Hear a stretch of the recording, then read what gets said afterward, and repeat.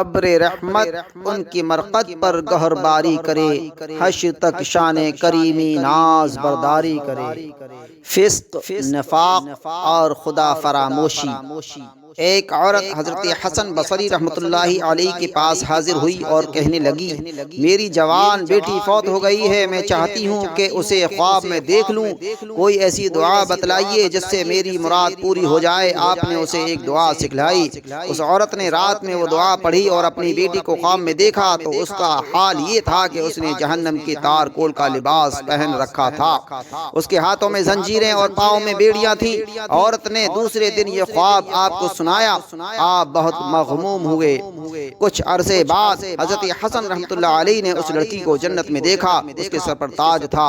وہ آپ سے کہنے لگی، آپ مجھے پہچانتے ہیں؟ میں اسی خاتون کی بیٹی ہوں جو آپ کے پاس آئی تھی اور میری تباہ حالت آپ کو بتلائی تھی۔ آپ نے اس سے پوچھا، تیری حالت میں یہ انقلاب کس طرح آیا؟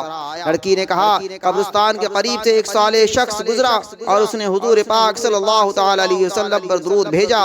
اس کے درود پڑھنے کی برکت سے اللہ تعالیٰ نے ہم 500 قبر والوں سے عذاب اٹھا لیا۔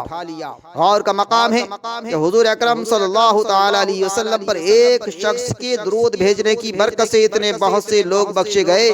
کیا وہ شخص جو 50 سال سے حضور اکرم صلی اللہ تعالی علیہ وسلم پر درود بھیج رہا ہو، قیامت میں اس کی مغفرت نہیں ہوگی؟ فرمان الہی ہے، وَلَا تَكُونُوا كَالَّذِينَ نَسُوا اللَّهَ۔ گناہ کرنے میں تم منافقوں کی طرح نہ بن جاؤ جنہوں نے اللہ کے احکامات کو چھوڑ دیا اور اس کے خلاف چلنے لگے، شہوات دنیا سے لطف اندوز ہونے لگے اور فریب کاری کی طرف مائل ہو گئے۔